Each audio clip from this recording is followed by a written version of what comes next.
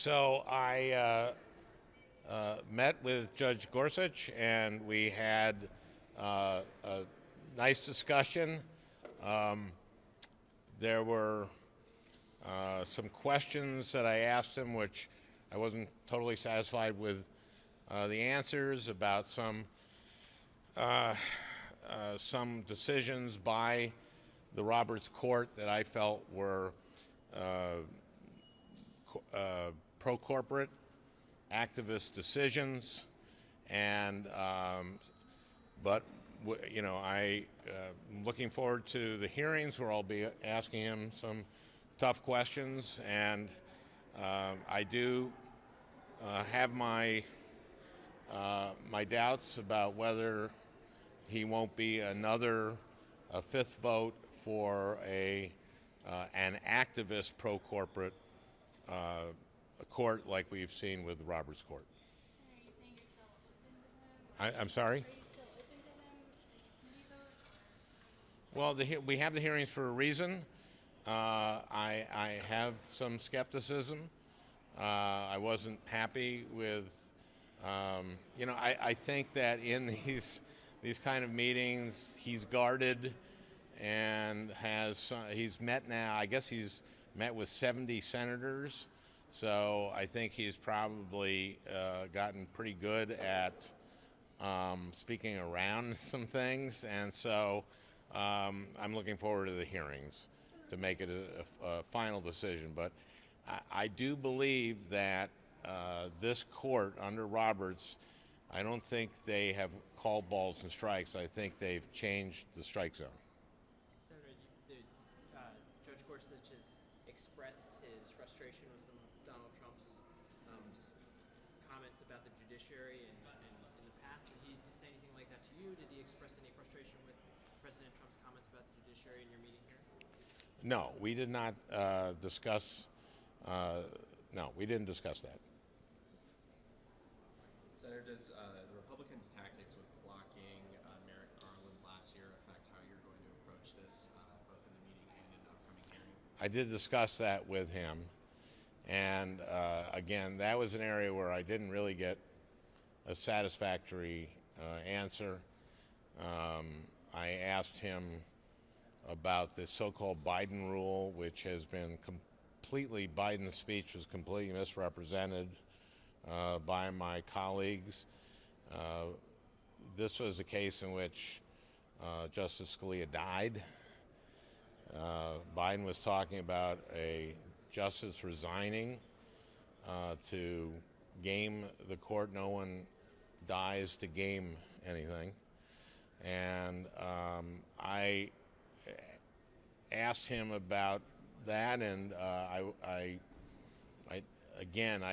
think he is good at deflecting and not totally answering, at least to my satisfaction, these questions. We talked about Citizens United.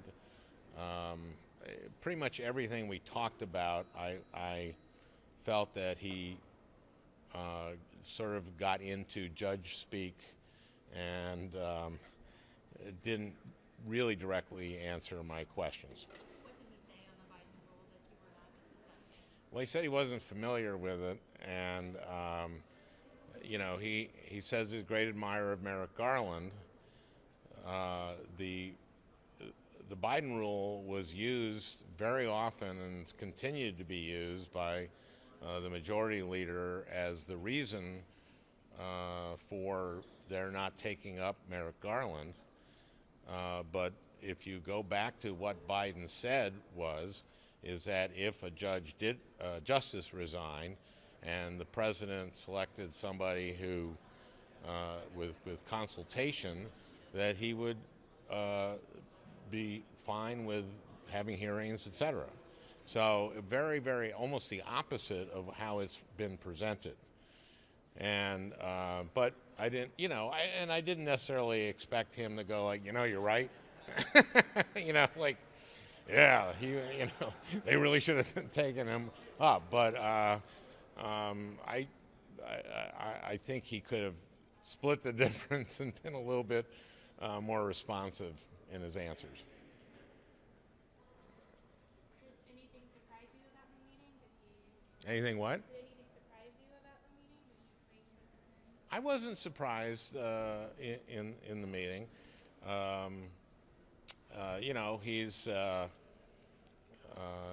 guy. He's been a judge for a long time, and he's written a lot of opinions. And I think he sort of said, "Read my opinions," and then I talked about one, and we discussed that. And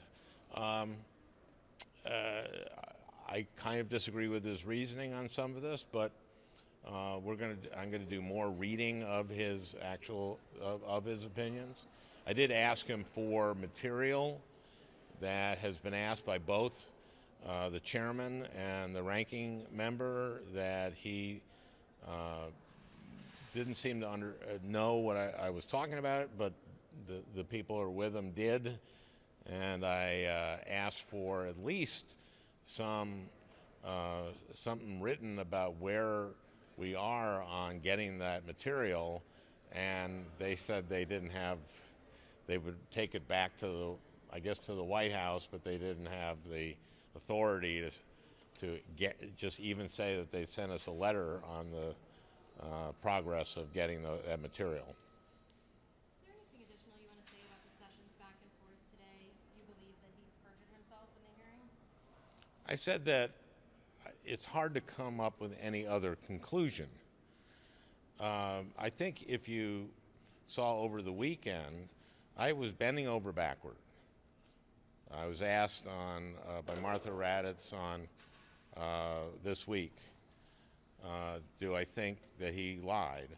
And I said, well, I haven't come to that conclusion. I want to see the letter he writes to the committee.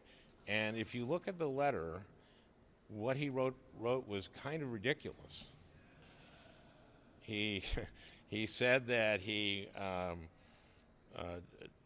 didn't remember he had 7 weeks to correct the record, and he said that he didn't correct the record in regards to the ambassador from Russia because that wasn't in the question.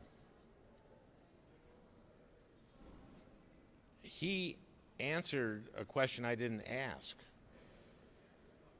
If there was a gotcha question, it's the question he invented to ask himself.